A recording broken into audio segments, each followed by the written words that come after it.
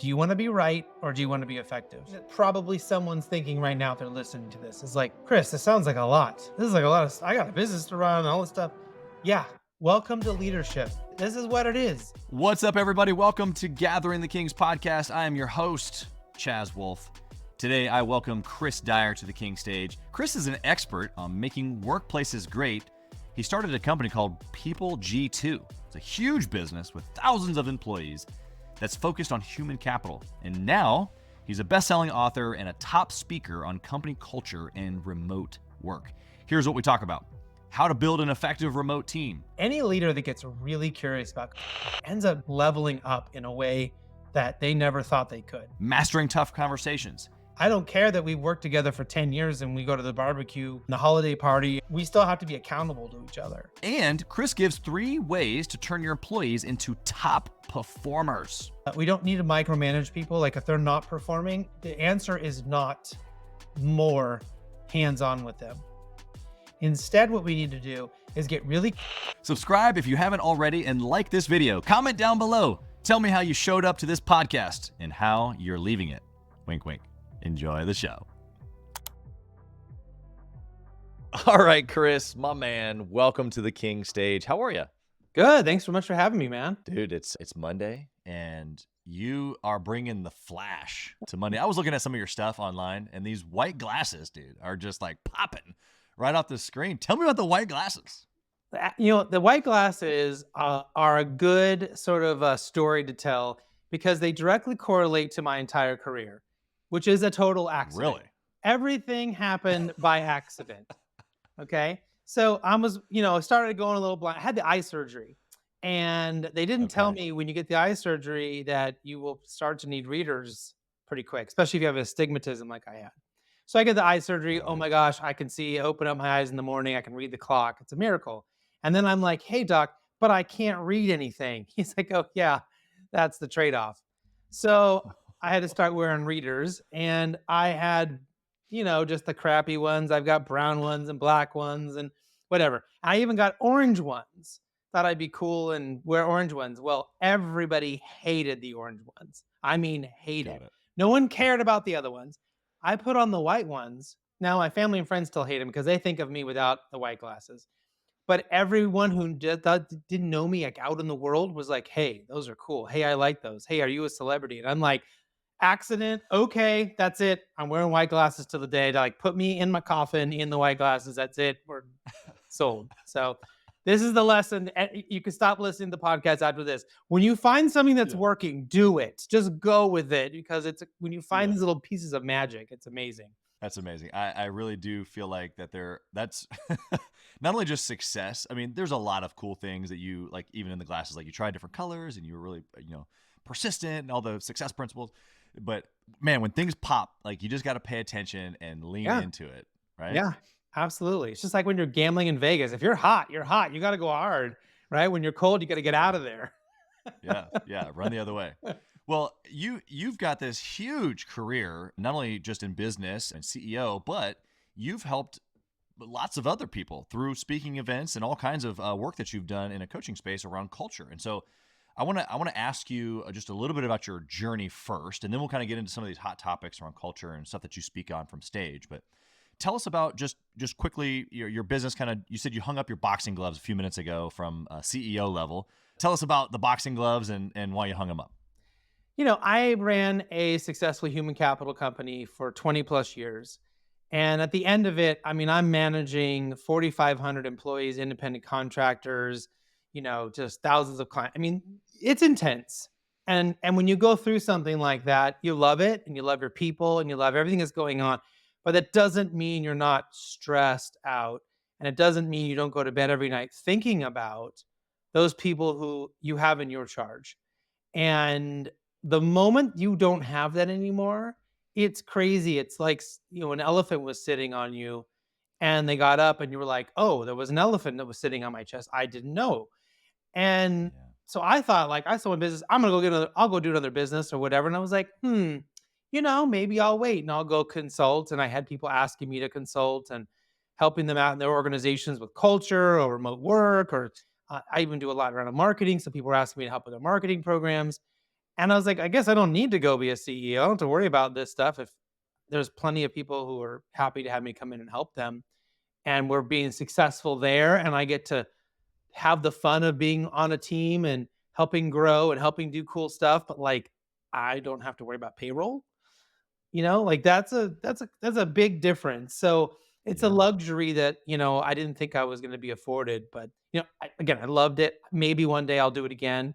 When I wrote my first book, I said I would never do that again, and then I'm on number 3. So you never know what the future holds. That's right. Well, and I take it, just kind of make sure the listener is paying attention there. You weren't like you were just had a small business and you had 20 people on your payroll and it was just like really really stressful and you kind of like came in and out. You said 4,500 people.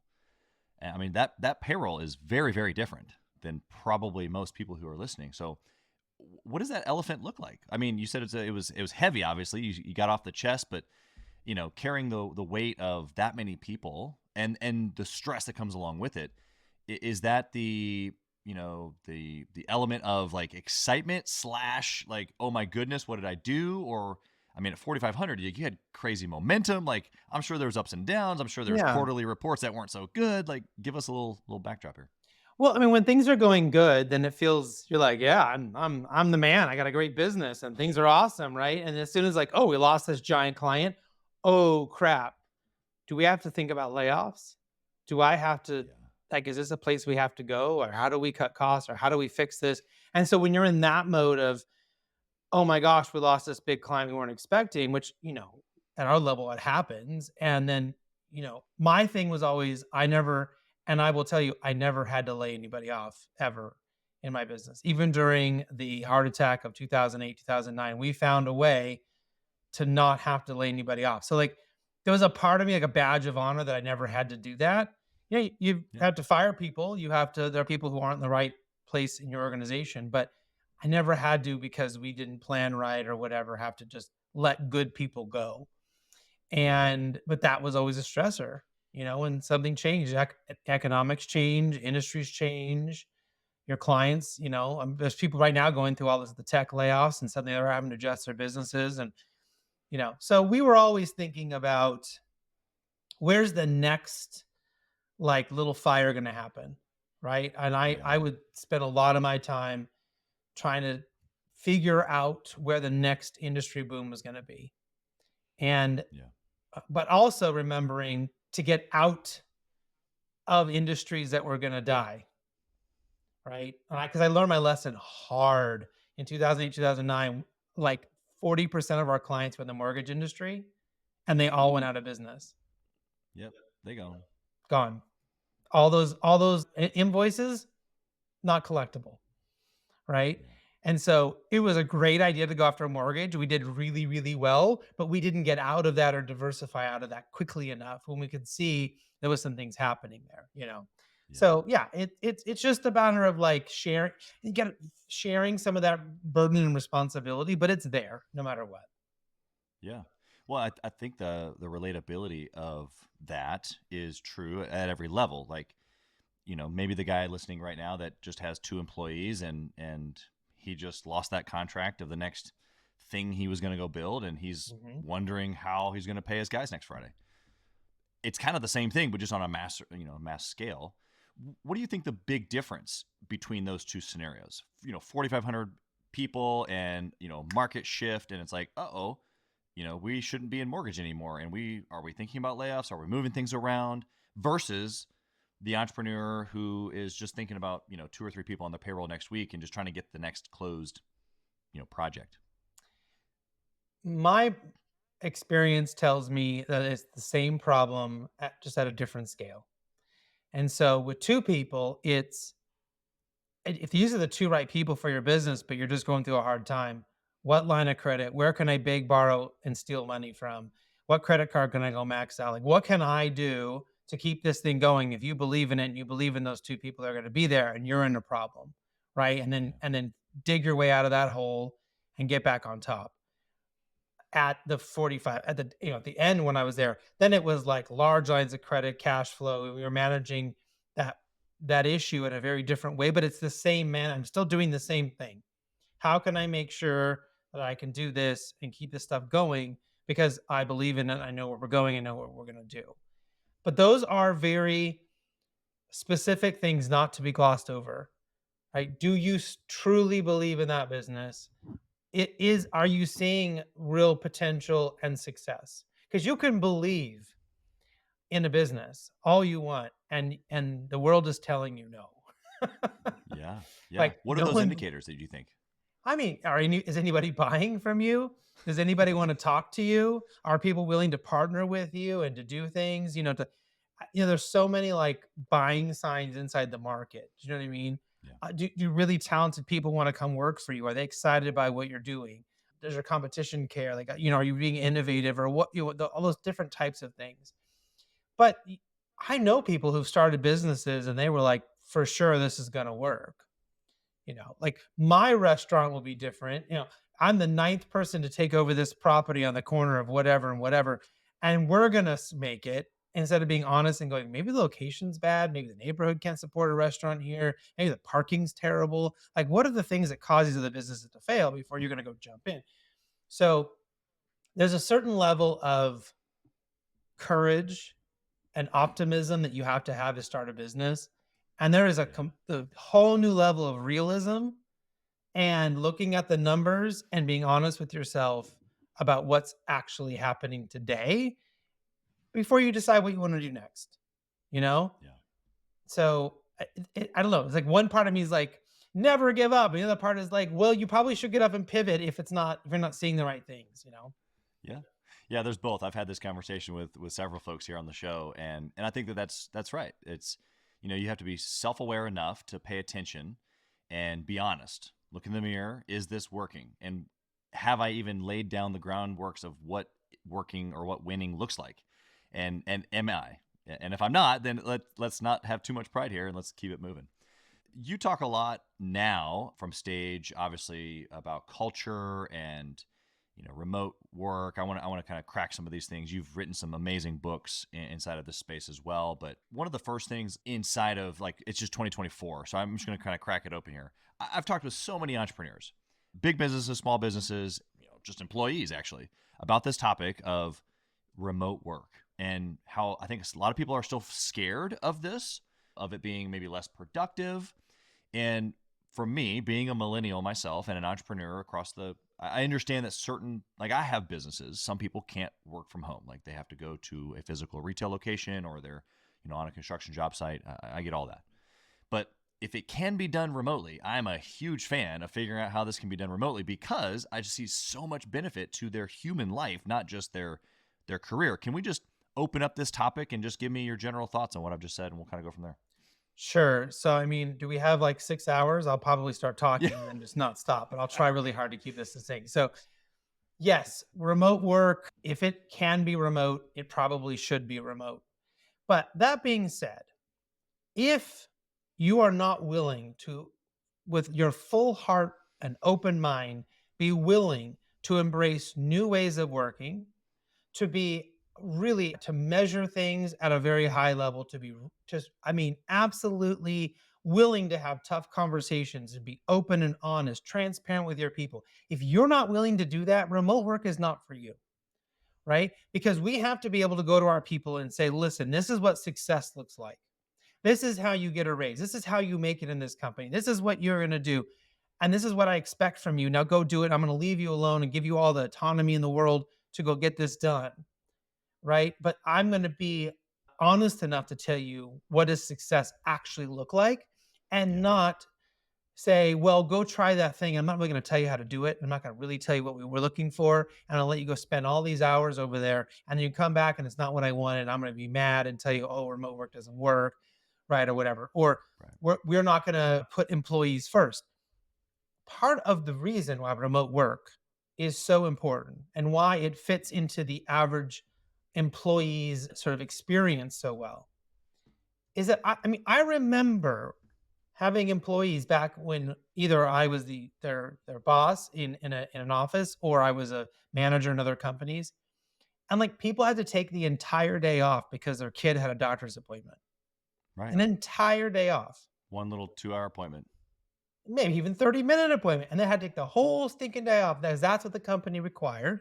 They wouldn't work with them on be a half day or just go for a couple hours and come back, right? And so that person now has an entire day of vacation or sick, whatever, gone, right? And now with remote work, we say, do your work. You got to be gone for an hour or two, take your kid to the doctor. I don't care, right? You're going to make it up later on or whatever, make it up some other time. What I didn't like ask my people to make up. I know they did, but I was like, if you got to go, go. I trust you. I believe in you. I know at the end of the day, did you get your work done? Did you do a great job? Did you make our clients happy? Did you make people on your team happy? Right? That's all I cared about. If you're that kind of boss, remote work will be like literally a lightning bolt into your organization. But if you're the old school, like, I'm gonna watch everything you're doing, I want to know that you're at your desk every second. I'm gonna send you these sort of microaggressions that I don't really believe. I don't trust you. I don't Yep. believe in you. I'm gonna count your keystrokes and is your team's always green and like, you doing that stuff? Just skip it. Do us all a favor and skip it because in a year you're gonna come back and say, "Oh, we're gonna pull what that guy, the CEO from Nike just did. Oh, we're not as innovative because we're not all in the office together." You're not innovative because your culture sucks and you're a big bloated company right now and you have these little startups kicking your butt, just like you did when you were tiny little Nike and you were kicking everyone else's butts, right? And That's right. so, That's right. right, it's about the kind of culture you have that's the most important thing. Yeah, I just appreciate that realness because it really does come down to the ability to lead or to give the autonomy. Describe what that looks like. So that person that this could really work for, that person that kind of is able to give clear instruction, have a tough conversation. Maybe we can go into that a little bit. But it's like, okay, if we can get onto the same page, in essence, then you go do your thing, I'll go do my thing, and and it works. Now, there's some nuance to that, but what does a tough conversation or agreements look like in that environment? Well, so tough conversations come from a couple different things. The first one is, are we really clear on what the objectives are? Are we really clear on what's supposed to happen? Have we shared that? All right, Chris, well, give us a little understanding here. You've mentioned several things around, clear expectations, tough conversations, agreements. If that person listening right now is that type of leader that possibly remote work could, explode their organization, what does that look like on the inside? What does actual tough conversation look like coming into an agreement with people about deliverables? So as your organization grows and gets bigger, you may have people that you find or deem to be difficult to work with. And so sometimes mastering tough conversations is about having the right strategy for that type of person. You might be a non-confrontational person and you're working with someone who's very direct, and so how do you deal with that? Or vice versa. You're very direct and you're dealing with somebody who can't handle that. And so how do you soften it up a little bit to make sure you're effective? This was something I would tell my senior leaders all the time. Do you want to be right or do you want to be effective? So good. Right? And they'd be like, oh, I want to be, yeah. Because, they'll be arguing with somebody in the organization or a client or whatever. And I'm like, does it matter? Like, just figure out how to bridge the gap. Just go get the solution in place. Doesn't matter if you're right or not. Nobody cares. Yeah. Right?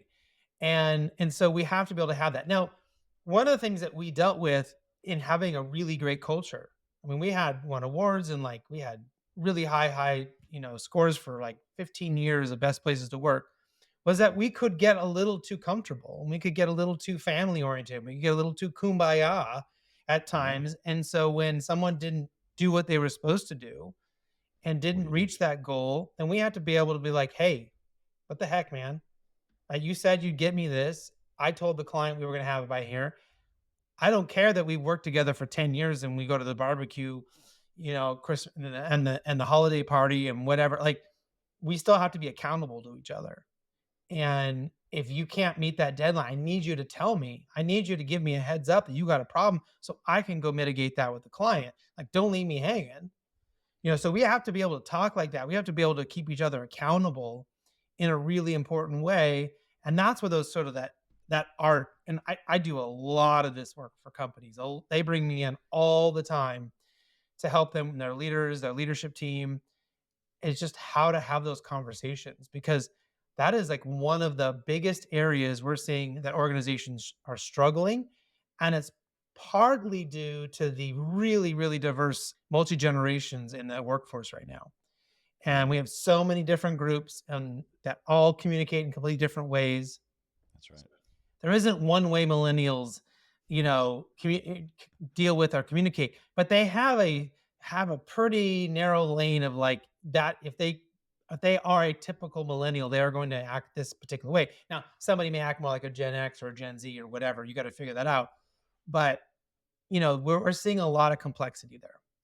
Yeah. I was talking to somebody actually just earlier today on their podcast. I was guesting, and we were talking about personality assessments and the ability to not only just recognize your personality and the other person's, Hmm. but the as a leader, I believe it's my duty, my responsibility to bridge the gap, to modify however is necessary, deliver the information in whatever way is necessary for the other person to be able to receive it at the best possible rate. And how sometimes people are just like, you know what, I'm just me, and you just take it or leave it. It's like, well, wait a second.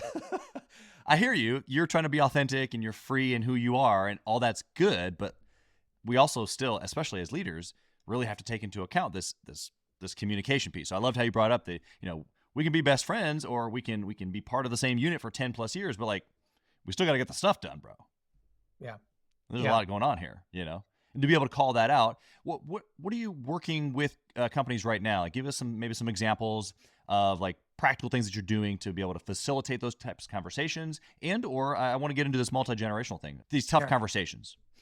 Yeah. So, I mean, the first thing is just to provide the training, right? So the step one is I will go in and expose, their group of leaders to some of the different things they should be thinking about. So these are difficult. We talked about difficult personalities is one area. Cognitive biases is another area, right? There's these, I call them brain tricks. There's all these tricks that your brain is playing on you all day long in an attempt to help you, but is actually making things harder for you in many ways. And so Yeah. we need to really understand those. And if you any leader that gets really curious about cognitive biases ends up being like leveling up in a way that they never thought they could. Here's one really good example. So this comes from Amos Tversky and Danny Kahneman are some of the most famous scientists around this body of work. And what they found was that when you do something really matters. Also, the temperature really matters. So if like you ask people to like be in a basement and it's like 110 degrees and it's like, super hot and it's like right before lunchtime and they're like, they're hungry and they're hot and you're like asking them to like consider something new or the vice versa, it's like freezing cold, like whatever. It actually impacts their ability to say yes to you and to hear you and to remember things. They found that judges, these are parole judges in Israel, were more likely to give a yes to someone to getting out of jail the closer they were to when they had eaten. Interesting. Like 99% of the time, right after they ate, they got a yes. And they're like the cases right before lunch or the cases right before the end of the day, they almost every time got a no. And it didn't matter what the actual like findings, the evidence, all that stuff had very little to do with it. Like most of Wow. the time, it was how hungry the judge was. Yeah. Isn't that What do we crazy? It's 100% crazy. You don't actually like, no, surely not. But we know it's true, and I think if we're honest with ourselves, we can probably relate to that even just in our day to day. What is the entrepreneur listening right now? They're driving in their car listening to this. What do they take from that and go do tomorrow? Right. So we know if we take the client out for dinner or to lunch, they're more likely to sign the contract or say yes because they're fed, right? Sometimes because we've given them liquor, but like because they're fed, right? Yeah. Now, if you have a tough conversation you need to have with an employee, or maybe you need to get a group as a team that's underperforming or you need to work with them, don't have that meeting at 11:30, Right. right? Don't have that meeting at 4:30, right before they're going to leave for the day. They're not going to listen. They're going to have their guard up. They're going to naturally say no. They're going to be argumentative. There's going to be more conflict. But if you instead say, okay, what do I do? Well, a really good boss would be like, I'm going to bring in pizza and let's have a lunch meeting together. We all sit and talk about this together and we eat and we do something communal and let's talk about how do we get through this issue or whatever it is. Or that's not the right move. Then right after lunch, you bring them in. So 1 o'clock, right? Or you bring them in, you have that meeting. They're more likely to be open and to say yes and to think about what you want to do. there's a ton of other cognitive biases, but like when I start teaching this to people and teaching this to companies, they start going, "Oh my gosh, I can't believe I just did that thing you said I shouldn't do. Like I just did that like 3 hours ago with somebody and it went terribly." Or, "Geez, that happened with me on a client the other day. Oh, that's why it didn't go well. That's like I couldn't figure out why this client was so against this solution, right? Oh, it's because of that." So when we start getting like kind of really curious about this stuff, Mhm. it's cool. Now, the other thing that probably someone's thinking right now if they're listening to this is like, Chris, this sounds like a lot. Like this is this is like a lot of. I got a business to run, all this stuff. Yeah, welcome to leadership. Yep. This is what it is, right? We got to be the top of our game. We got to be learning new tricks. We got to be constantly thinking about how to get better and how to take that information and share it, teach it, and make it a part of the organization if you want it to grow and get bigger. Because otherwise, you're going to get stuck at that dollar amount. You're going to get stuck at that employee account amount. Everything's going to get stuck because you're not leveling up yourself. Hey, kings and queens, Chaz Wolfe. I want to talk to you about something that's super important to me. We put a lot of time and effort, we meaning myself and my team, into this podcast, into the content that goes out every single day. And if you have been getting any sort of value or insight from this, we want it to be able to reach other business owners too. So we would love if you would like, comment, share, leave a review, post, share again, all of the things on social media, on all the different platforms, or even on the podcast mediums of Apple and Spotify. We would love to be able to get our content into more hands, more entrepreneurs, so they can grow their business as quick as possible. Together, we are building a community of like-minded entrepreneurs who are committed to growing their businesses to new heights. So let's do this. Let's help each other grow. That's right. I love the unapologeticness about that because it's true. It's just, look, man, there's not really a soft way to put it. You just need to be better. Be better. Yeah. Just is what it is. Okay, let's talk multi-generational because I mean we've still got boomers in the workforce. We've got the Gen Xers, we got the millennials and then the Gen Zs, like 4 generations in some situations working together. How are you navigating this with companies today? Well, I'm going to steal a line from my buddy Matt Havens, who's a great keynote speaker. So this is not my framing, this is his, but he often says there's young and there's old. And so if you remember what a floppy disk is, if you ever had a pager, we're old, okay? And if you don't know what those things are, you're young. And so at some level, you can think about this from a pretty simple way, right? There's old and young. Do you want to get into like the really deep details and get really interested into what does Gen X versus Gen Z want, all of that? Cool. Go do it. Like, and especially the more people you have in your organization, the more that might become important. The thing to remember is that we want to, and you brought this up with the personality assessments, it's about understanding each other. And it's Sure. about being open and honest about what works for us, what doesn't work for us. And again, as leaders, making sure that we are communicating in a way that's not only good for one group of people, right? So if it's important, do I say it in a team meeting? Do I send an email? Do I bring it up again in Slack? Do I need to send in a text message to a group? Like, what's the way? At least Right. 2 or 3 different ways am I going to try to communicate this thing if it's really important, and not leave it up to, well, I'm a millennial, therefore I will send an email and that's the only way I want to communicate this. And if people don't read their emails, I guess they don't care. No, right? Like if you care about it being taken seriously, you've got to take it seriously and make sure that you're saying that communicate, or if not you, someone in the organization is ensuring that communication is getting around in multiple different ways. This is happening in every single organization and I think there's confusion probably more than anything. It's like, well, how do we streamline this? I can even think of my family chat, the family text thread. You've got old and young and some people are all about the text and communicating and other people are just not. Yeah. So it's like, whether it's family or organizations, we're all experiencing this. What's the solution if we've all got different preferences? And what we need to do as leaders is to get really curious, especially when people are struggling or we're noticing they're not meeting our expectations or they're not seeming to remember or to know about things that are coming up that we've talked about. So for us to get curious about why is that happening and what we can do to fix it. I remember I worked with a client years ago And their biggest problem is they could not keep millennials. They would hire them, and those people would leave within 2 to 4 weeks. Wow. It was something like 80% turnover. And they were like, we're a good company. We don't know what's happening. This was back like when millennials were new to the workforce, right? And I'm like just a little bit older than millennial. I'm like kind of sit right there. And I went in and consulted with this company. And they're like, we can't figure it out. We don't understand. We don't know. I just said, give me the phone number to the 10 last people and I'll go call them. And I got 8 of them on the phone. And I said, what was the hardest thing you had to do at your job? And they all told me the exact same thing. I'm like, what was the biggest problem, the biggest fear, whatever? And they all said, I didn't know how to use the phone. I go, Mm. I'm sorry, what?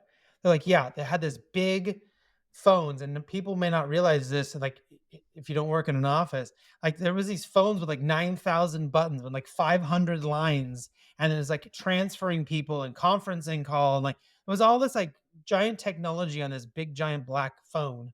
I forget who the maker was now, but and no one ever trained them. And so next thing they know, they're sitting at their desk and the thing just won't shut up and the lines are blinking and they get a call and they're supposed to transfer somebody and they don't know how to transfer and they hang up on them an accident and they get in trouble. So all we did was have that company give training to everybody on how to use the phones on day one. That was the first thing they learned. And their retention rate, or they're like, they went, they flip flopped it, right? They only had a 20% retention issue instead of an 80% retention issue, Yeah. right? Yeah. That's So incredible. it wasn't the bad manager, it wasn't a bad experience, not it's like about the company. It was just this stupid phone, the piece of equipment they had no because their whole life had been on a cell phone, Yeah. right? Yeah. Flip phone maybe for some of them, but like, still on a phone, which is very different than this big thing yelling at you while you're sitting at your desk all day. Yeah. What do you think? I mean, yes, you're right that in that scenario, the folks at the company just assumed that new people would know how to use this phone, but they obviously were missing the idea that maybe somebody doesn't, and we should provide some training around this, or at least take the training that we have and move it up into the onboarding process. Is that like other than calling past employees, how does a employee or how does an entrepreneur right now locate that same type of problem in Ah, their process? so I have a great solution for this. And before I tell you that, I just want to remind everybody most of the time, 95% of the time, employees will not come to you to tell you why you suck. They will not come to you and tell you why they don't like it here or what you're doing wrong. They'll just leave. They'll just go somewhere else because people are risk adverse, they are confrontational adverse, and if they're young and beginning in their career, they don't want to burn a bridge and come up and tell you, "Hey, your training program sucks and I didn't get the training I needed to be successful. I'm leaving." They just leave, Yep. right? And they'll say, "Oh, I found a better job," or "Oh, my mom's sick," or what, make out some stupid excuse. So don't leave it to them. The responsibility is not on them to find out. It's your responsibility to find out. And the way you can do this, I invented this thing called the one question survey. Every week I asked one question of my employees. That's it. No annual survey. I asked one question every week. And so I would change it up. Sometimes it was something fun, sometimes it was something good, and sometimes it was something serious like what's your biggest struggle? Or what one Right. thing do you wish the company could, get rid of that's a problem in your day or it annoys you or you don't like dealing with, right? And I would maybe say, aside from fellow employees and clients, what's the one thing you wish we could, change or get rid of or whatever, right? And I would get back really interesting answers. I would get back feedback about our onboarding. I would get feedback about, they didn't think the equipment that they had was sufficient maybe when they started, or maybe the training on particular programs was enough, or they wish that they knew more about this other system that's really important to our company, but maybe isn't important to their department. But like, if they understood it better, they could do a better job. They could talk to clients better. And like, we had all kinds of crazy stuff. And then we would take that information. I would make sure that I addressed it before the next question went out, and then we had a company-wide call every month, and all of the questions that had occurred during that time frame, I would again bring it up, what we asked, what we heard, and what we're gonna do about it. And I would keep talking about what we're gonna do about it until we had done the thing we said we were gonna do. And so Yeah. sometimes that list could be long, sometimes it was short. if the list got too long, I made sure I started asking fun stuff or good stuff so that I had time to catch up. Yeah. Like, who's really killing it for you here? Or what's the best, what do you like best about your job? Or, you know, that kind of stuff. So that we could talk about that too, which is, we don't always have to be negative things, but we need to work on the negative things. Yeah. My Yeah. favorite to ask was, how am I as the CEO getting in your way? Mm. Try asking that question. Yeah. And then you go and you fix it all and you think, okay, the next time I ask this, there's no way they're going to have anything.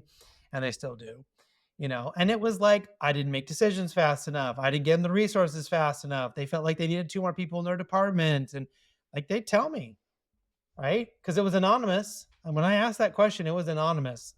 And I made sure there was no way I could, unless they typed their name in there, I would have no idea, who they were or what they said. But I wanted to know. And then I would go back to them. Hey, everyone, I heard you. This is what I'm going to do. This is how we're going to fix it.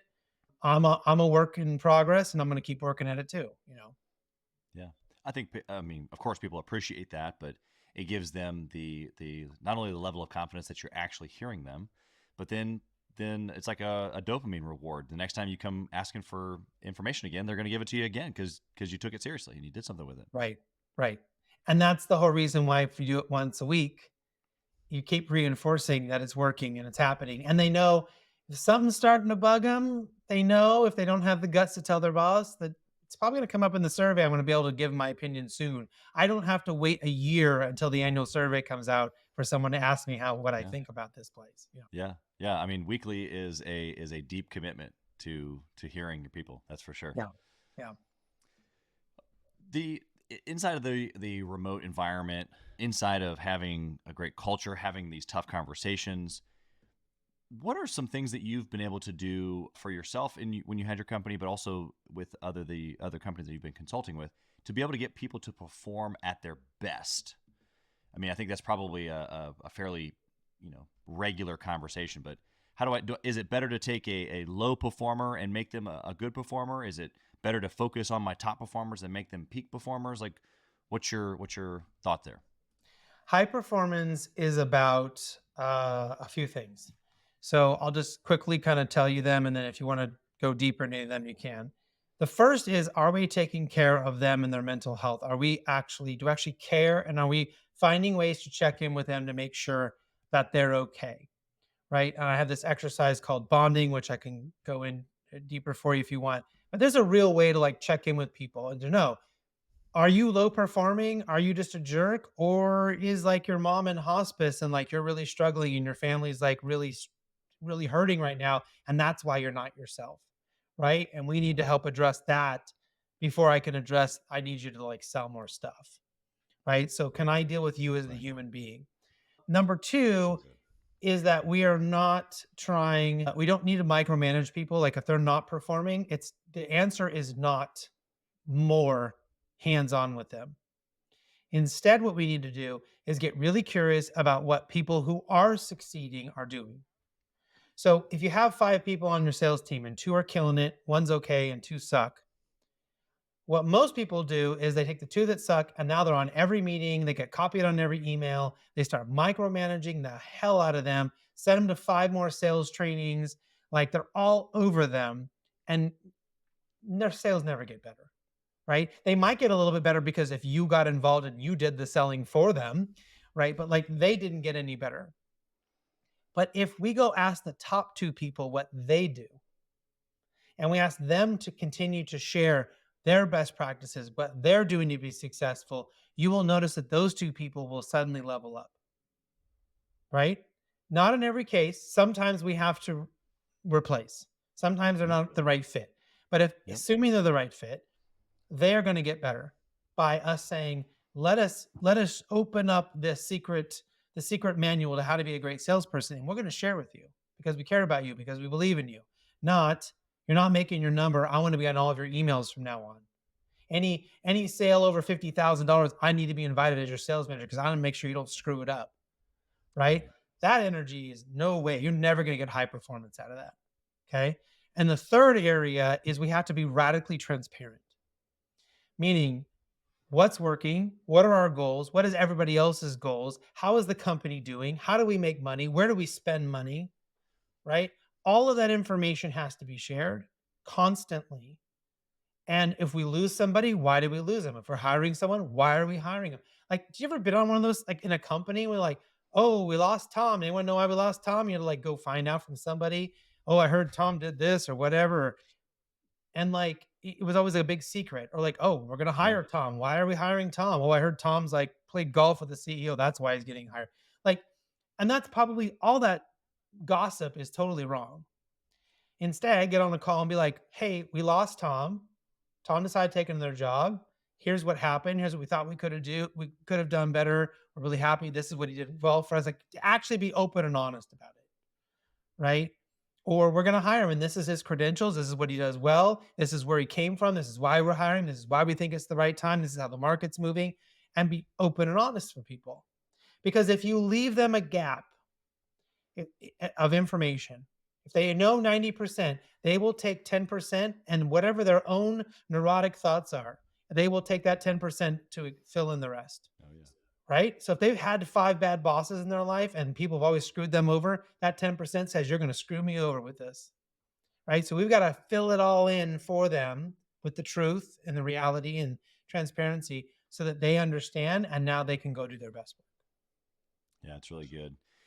The moments that I've even had in, training top performers, sales wise specifically, like you said, it's your I think you said bonding method. I maybe give you a chance to go through that here, but I can remember spending time with top performers, and at first it was kind of like bro, I killed it last week. Why are we doing a coaching? It's like, no, like this we spend time together because you're a top performer, and I want to make sure you're doing okay, and wouldn't you want to be better, and it's oftentimes that I found the top performers that kind of get just left alone anyway. Like, oh, they're good.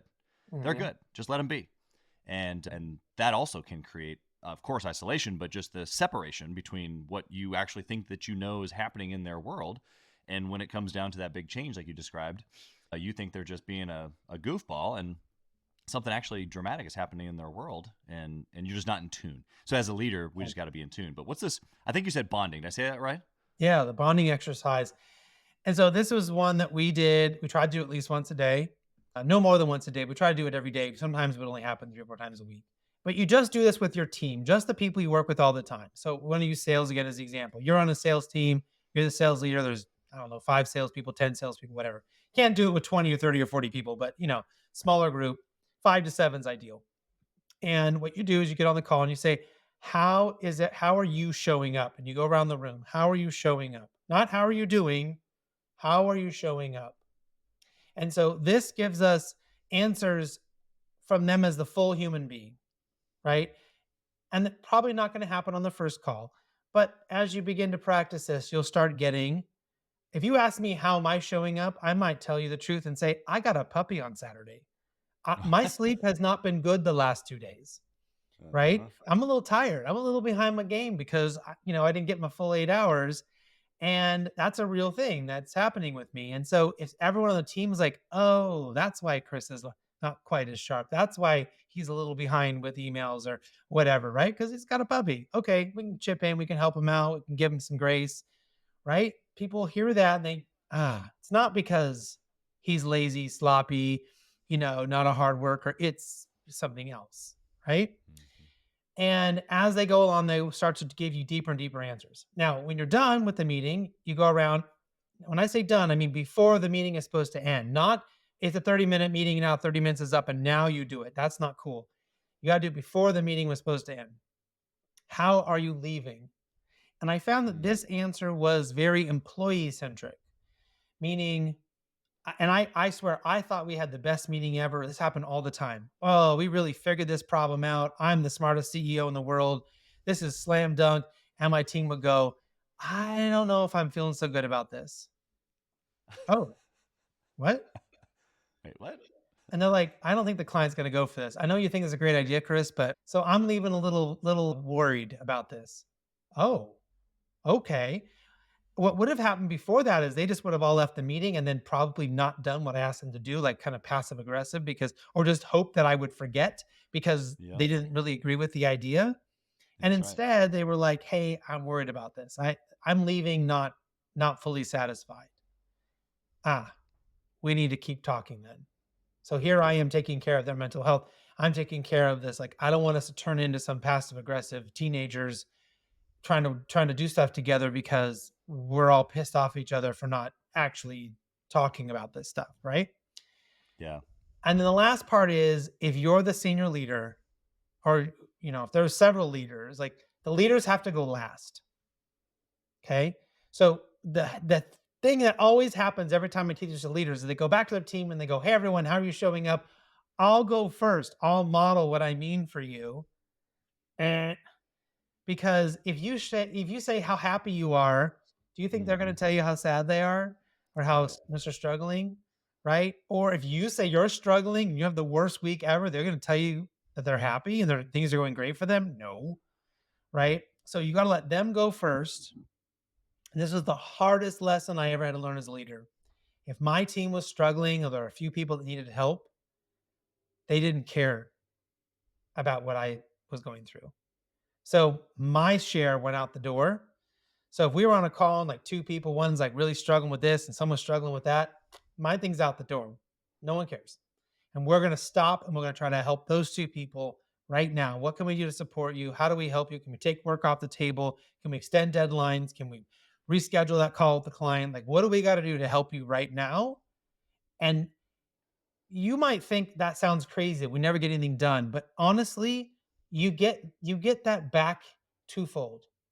As I say, you get it back in spades, right? You're going to get that back, that energy and that commitment and that high performance from them when, like, "Oh my gosh, I was going through something really terrible this week and Yeah. my boss and my team was there for me. Next week, I'm going to show up and I'm going to slay it." Right. Yeah. I'm going to be there for somebody else when they need it, you know? So I went as far sometimes to tell people, like, "Oh my God," they would say, "Yeah, I just found out earlier this morning my grandma died." And I'm like, "Why are you here? Why are you on this call?" Right? And they were like, "Well, I just thought I had a lot of deadlines." And I'm like, "Go be with your family." Like, if it's one thing if it was expected or something, but this would be like some unexpected thing. I'm like, "You have the day off. We're not counting this against your days off. Like, just go, right? Go be with your family, go mourn, go whatever you need to do to to deal with this and process this." Man, they were so appreciative of us thinking about them that way and not treating them like a clog in this giant thing, that we cared about them as human beings and showed them empathy in the moment when it arose, that they didn't leave for silly job offers and they didn't leave for more money, and they worked their butts off all the time and they took care of our clients, and they came were willing to come to me and tell me how I was getting in their way when I asked them, right? Yeah. Yeah. There's always the repayment in those other ways that you just mentioned that you don't calculate until you realize that you're on a trap or a racetrack of losing people or always having to refill or whatever you think that you're doing that isn't associated to the actual problem. The actual problem is what you're talking about. I love the how are you leaving, how are you showing up, because wouldn't you want to know? And I think some leaders recognize that they need to know, but I think some people probably listening today going like, "Oh, no, I don't. I'd rather just end the meeting and just move on." It's like, Yeah. no, it's actually way worse to go thinking that it's one way or that we're in agreement or in alignment. And we're not. We're just wasting time at this point, right? And to be clear, what I'm advocating for leaders is not to add something on. What I'm actually trying to do is take work off of your plate, because I would prefer that you move as much of these conversations about how you're doing and goals and measurement and all the KPIs and all the things we're doing into the team meeting, into a group setting. We need to have group therapy and a lot less individual therapy at work. I do not actually like one-on-ones at all. If you're collaborating one on one, great. If you need to talk to someone one on one as a one off, great. There's an issue or someone is having a great. But the standard, because you're on my team and I'm your boss, I'm going to meet with you every Monday at 4 o'clock. I hate those. And I think they're a complete waste of time, and they get in your way. They slow you down. Decisions end up only being made whenever that one on one happens. And then if you miss that Yeah. one on one for a week, everything gets delayed. Push it to the group meeting. Why not allow everyone on the team to help each other with their goals? Why not allow everyone to help with someone who's struggling? Why is it only the leader's job to be their coach, mentor, therapist, you know, Everything. everything? Why don't we, they're your tight group? I'm not talking about a giant department, but your tight group of people. Why can't we rely on all of them and let them work it, help each other out? It is so freeing as a leader and so much more effective as well to kind of transfer that into kind of a different setting. Yeah. And the value around the room is that they get all the different experiences from more than just the one individual. So I couldn't agree with Yes. you more. There's just so much value in that facilitation. Chris, you've got a little giveaway for our listeners. If they want to reach out to you, they want to connect to you, maybe they want to bring you into their organization to help with some of these culture things. Tell us about what this is and how can they connect with you? Sure. So if they just text 777 and they type in my name, Chris, Chris, you can immediately get onto my mailing list and I'll send you out a little guide on like some cool questions to ask. So I mentioned that one question survey. I'm going to send you out kind of a starter list of like the first 25 you could think about asking so that, you kind of have a place to start. If you're curious what your people would tell you, if you ask them one question every week, I'll kind of give you some of the best ones we asked to kind of really get that conversation going. Yeah, I love it. Well, if you'd like to have that list of questions and connect with Chris, you can text that number. We'll put it in the show notes here as well. That way you can easily Yeah. access him. All his social links and stuff will be down there as well. But Chris, you've got such an incredible story and, of course, incredible glasses. So we just mirrored everything together here for the superpower that is Chris Dyer. Thank you for being here, brother. Blessings to you and all the businesses that you're touching, all the stages that you're speaking on here this year. Thanks for being here, man. Hey, and I love this. I love all the work that you've been doing, the great people you've had here. So thank you too, because it's important to get that work out there and get the message out to people who are hungry to be better leaders. So thank you. Thank you for listening to Gathering the Kings today. I hope that you were able to pull out a few nuggets to go apply into your business right away.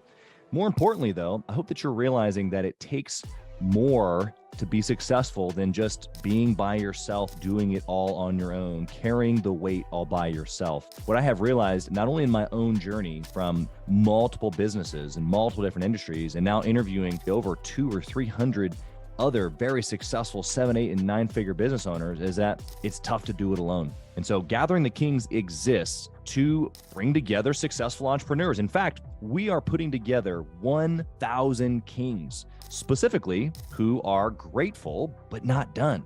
We're intentionally assembling kings who fight tooth and nail for their business, family, and communities. And here's what we believe, that in the pursuit of excellence in those areas, that it ignites within us the responsibility to govern power and forge a lasting legacy. So if that relates and resonates with you, and you know that you need people around you, sharp, qualified, other very successful business owners, I want you to go to gatheringthekings.com. I want you to take a look at what we're doing and see if it makes sense for you to be part of our pursuit to 1,000 kings.